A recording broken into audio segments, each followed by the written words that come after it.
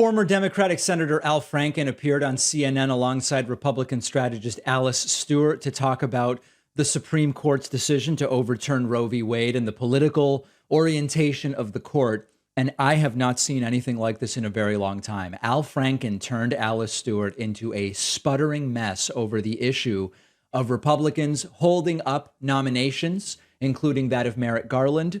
And it's truly a pleasure to watch. And, one of the things we've been talking about on the show is Democrats need to be on the offensive. Gavin Newsom said Democrats need to be ruthless. And I completely agree. We need more like this, because when you actually don't allow them to squirm away from direct questions, like when else was this strategy used to deny nominees a hearing other than for Merrick Garland? Alice Stewart completely implodes. This is so well done. Take a look. A week before the election, that destroyed the legitimacy of the court.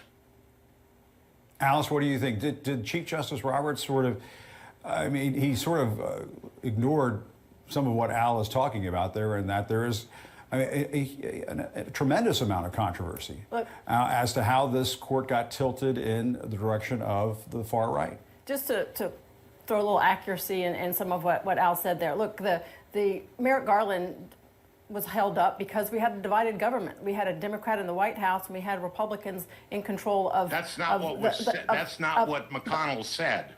But that's the way historically this has been. When you're in close to an election year and you have divided government. That's not the way it's been historically done. Yes, and when you have divided government, there typically is Now you'll actually see the moment she starts sputtering. Inclination to. Tell me when this happened before. Tell me when it happened before. Merrick Garland is certainly one. When there's a divided government. No, before Merrick Garland. They're not moving forward. Tell me when this happened before. Al, I'm telling you, this is what the Mitch McConnell Tell me when it happened before. I can't. You said this is what happened historically. Tell me when it happened before. Look, this is the way that the Republicans went. Like, I can't give you an exact example of when this happened in the past. No, you know why you can't? Tell you, because it hadn't happened before.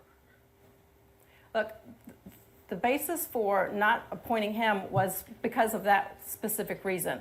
But moving forward, it wasn't. And McConnell explicitly said that it was the, quote, Biden rule. And he quoted a little piece of a speech that Biden had given in June of '80. And Biden said they wouldn't take up if they weren't consulted. And this was about someone resigning in June after a term of the court, which is very different than someone dying. Scalia died in February. And you saw, you guys, if you can find the tape, you can find Lindsey Graham saying, keep the tape.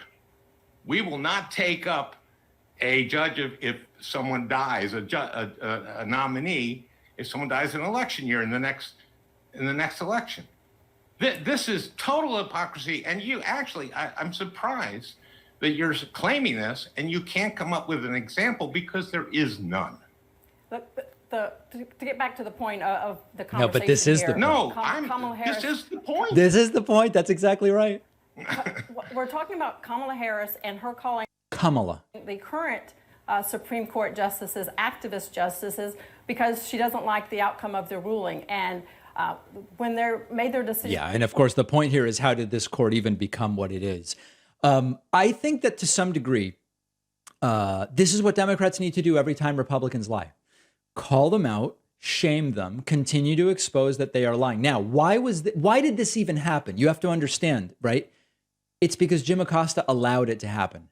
In many other settings, the anchor or the interviewer will prevent this from happening, either for reasons of time and formatting or because they want to bail out one side. Jim Acosta at any point could have jumped in and saved Alice Stewart. She didn't deserve to be saved. And it's a good thing that Jim Acosta didn't. She was lying.